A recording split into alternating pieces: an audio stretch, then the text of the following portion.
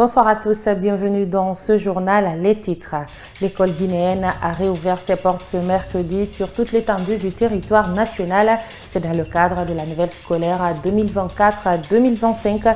À Conakry, cette reprise n'a pas été effective dans les établissements scolaires où les élèves ont été priés par leur absence. En tout cas, les quelques-uns seulement ont effectué le déplacement. Beaucoup d'observateurs accusent la forte pluviométrie dans la capitale. Et puis, dans ce journal également, nous ferons un retour sur le premier président de l'Assemblée nationale guinéenne, 43 ans après sa mort. Saifoulaye Diallo, compagnon de l'indépendance et du président Feu Ahmed Sékou Touré, fut l'homme qui proclama l'indépendance de la République de Guinée en 1958. C'est tout pour le sommaire. Encore bonsoir. Comme annoncé à l'entame, les élèves guinéens ont officiellement repris le chemin de l'école ce mercredi. Dans plusieurs établissements scolaires à Conakry, le constat relève que la pluviométrie a joué sur l'effectivité de la rentrée des classes, bien que les encadrants et le personnel enseignant aient répondu présent par endroit. Amara Bangoura a sillonné pour notre rédaction. Suivez. Notre constat commence au complexe scolaire Hadja Aïchaba. Sur une vingtaine de salles pratiquement toutes vides, seulement une classe a accueilli le peu d'élèves ayant répondu présent. Déjà, l'exécution des programmes a démarré avec la classe de deuxième année.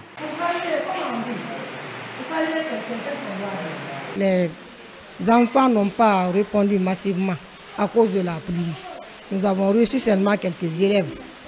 Bon, nous sommes avec ces élèves-là, nous avons commencé le cours avec ces élèves. Vous avez constaté que certains élèves ne portent même pas une tenue. Et ça veut dire quoi? Ça veut dire que les parents d'élèves, les 2 semaines-là, peuvent envoyer les élèves, même si ils leur donnaient un seul cahier, même si les élèves n'ont pas de tenue, ils peuvent venir suivre les cours.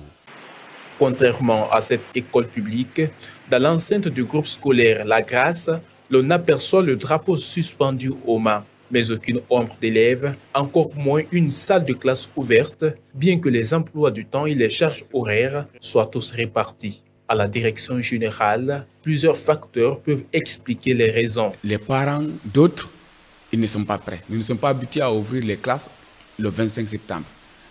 Beaucoup de parents d'élèves pensent réellement que si réellement les élèves viennent poursuivre les cours le mois de septembre, ils paieront le mois de septembre. Et ils étaient informés que réellement que c'est les 9 mois que les parents d'élèves doivent payer. Rares sont des écoles qui ont connu une présence massive des apprenants en ce 25 septembre 2024. Place à l'actualité politique. L'Organisation internationale de la francophonie vient d'annoncer la levée définitive des sanctions contre la Guinée.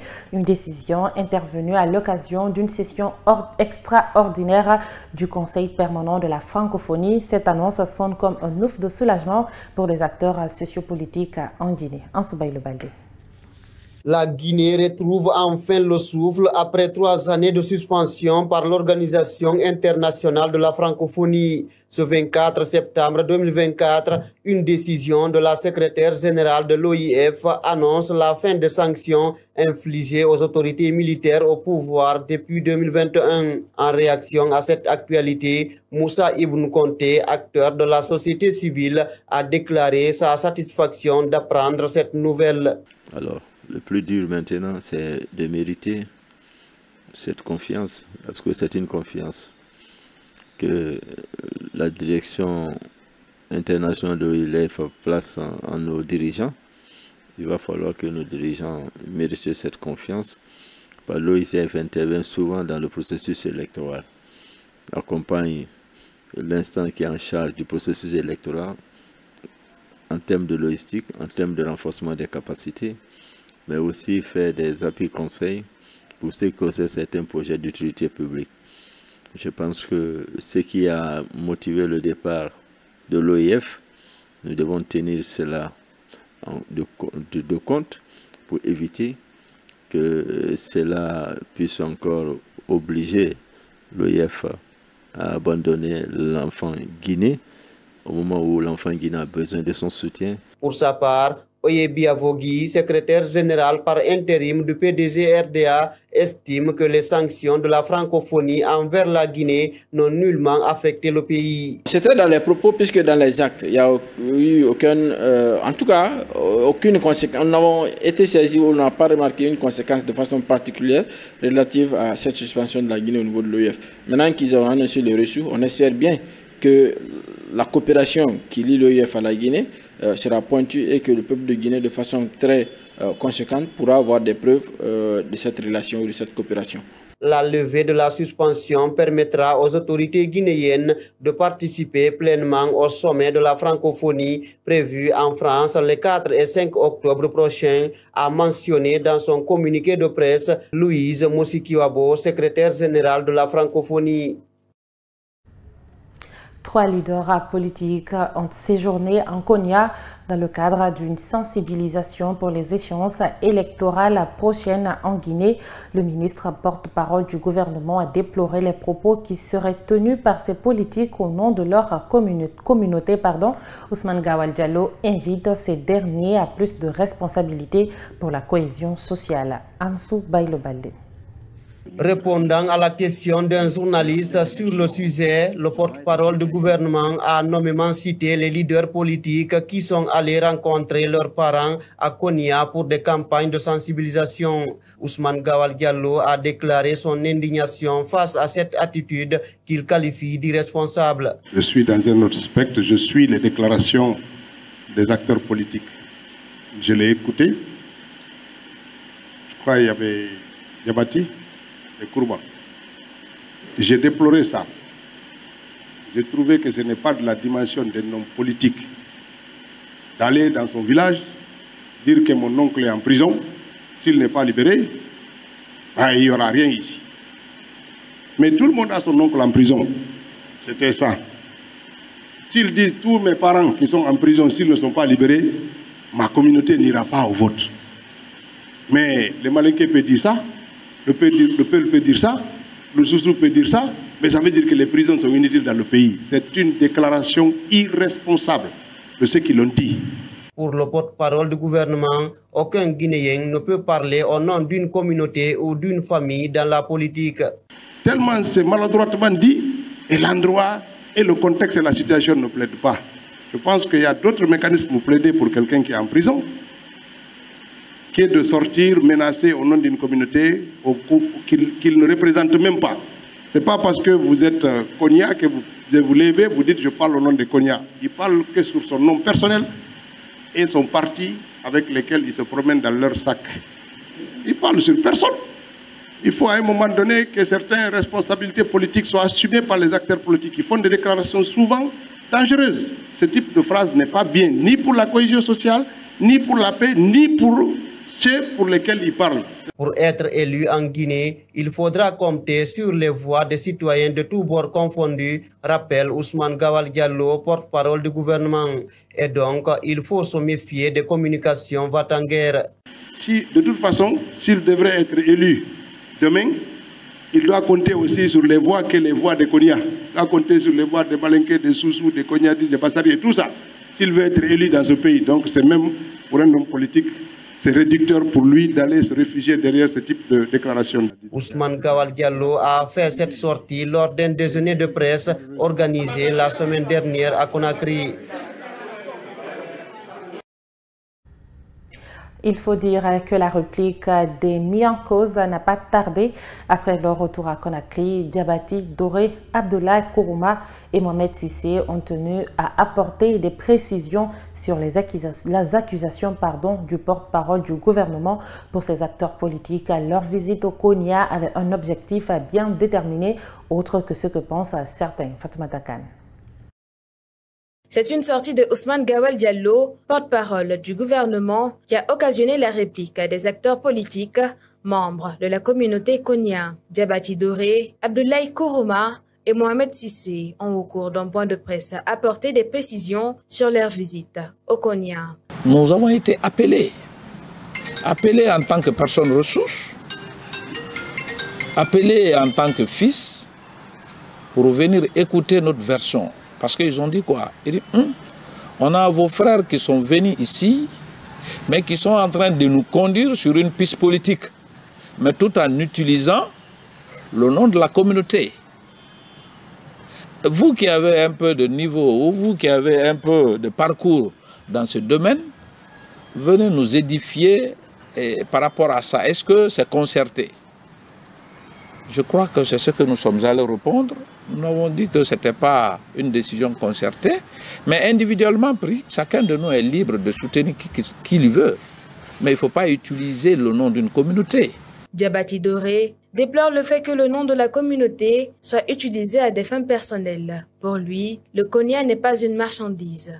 C'est la Guinée qui permet à tout le monde d'être ministre et sans avoir fait des études préalables et connaître le passé de la personne. Si Ousmane Gawal dit aujourd'hui que nous on est parti parler au nom du Konya, je vais le dire que nous sommes fiers d'être Guinéens et fiers d'être Konyankais. Et le message a été clair. On n'acceptera jamais maintenant qu'on prend le Konya pour en faire un fonds de commerce. Selon les responsables du trio politique, leur visite n'avait aucun objectif politique et aucun propos dangereux qui peut nuire à la cohésion sociale dans le pays n'a été tenu par eux. Mais attends, qui a tenu des discours dangereux dans ce pays? S'il y a quelqu'un qui devait répondre à la haie par rapport à ses propos, je crois qu'il sera le premier. Mais, le moment venu, on va essayer de le répondre coup par coup parce que nous sommes en politique. Les trois acteurs politiques ont conclu en affirmant que chacun était libre de ses choix politiques. Et puis, le président du parti BAG s'est adressé au général Mamadi Doumbouya en lui demandant de ne pas briser sa parole d'officier. Abdoulaye Sadio Barry pense que le numéro 1 du CNRD est pris en otage par des personnes qui pensent à leur intérêt personnel. Il est au micro de Mamadou Tanouba. Si vous forcez la situation, vous allez devenir quoi après? Vous voulez être le futur président en rompant votre parole, vos serments, et en termes de campagne, qu'est-ce que vous allez dire aux Guinéens? Vous allez leur promettre quoi? Vous allez faire quoi? Votre promesse vaudra quoi dans une campagne électorale en Guinée si vous brisez déjà votre serment pour être candidat aujourd'hui après avoir 3 fois publiquement devant le monde dit que vous allez diriger la transition. En tant que soldat, vous tenez à votre parole et à l'honneur. C'est ce que vous avez dit à Alain Foka le 15 novembre 2021. Tout le peuple de Guinée vous a écouté. Tout le monde vous a applaudi. Tout le monde vous a aimé. Ceux qui ont choisi d'être dans le régime de transition, ils veulent que ce régime de transition ne finisse plus. On est en train de vous pousser à massacrer des Guinéens et à vous imposer après. Par quel moyen? Si vous forcez la situation, vous pouvez peut-être, vous avez la force aujourd'hui de vous maintenir au pouvoir.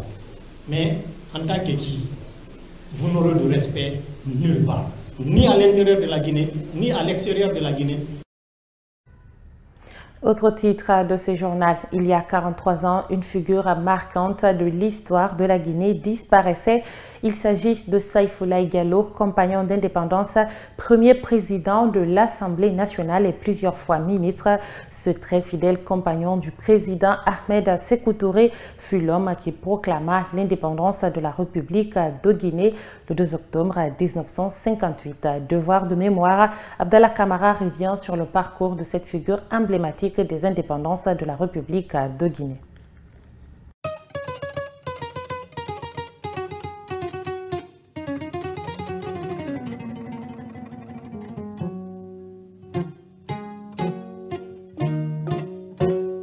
Le 2 octobre 1958, après l'appel de Sékou Touré de voter non au référendum instituant la communauté française, un de ses compagnons proclamèrent l'indépendance de la République de Guinée. Son nom, Saïfoulaye Diallo. Très proche de Sékou Touré, Saïfoulaye avait une grande notoriété au sein du PDG en tant que secrétaire politique du parti. Compagnon de l'indépendance, Saïfoulaye Diallo a joué un rôle de premier plan dans la quête de l'indépendance de la Guinée. En 1958, il devient le premier président de l'Assemblée nationale guinéenne nouvellement créée, incarnant son importance dans l'histoire de la nation.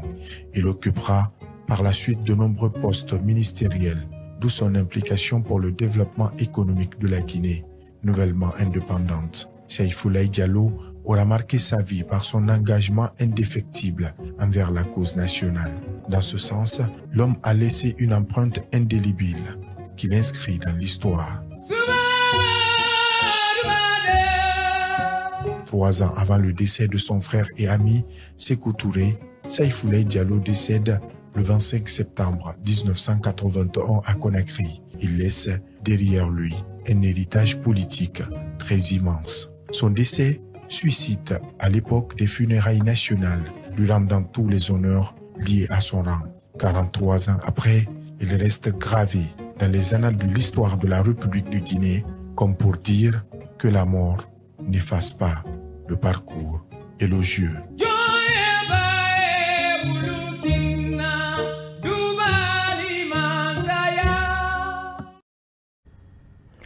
C'est ainsi que nous nous quittons au compte de ce journal. Merci de l'avoir suivi. Passez une bonne soirée en compagnie de nos programmes. Au revoir.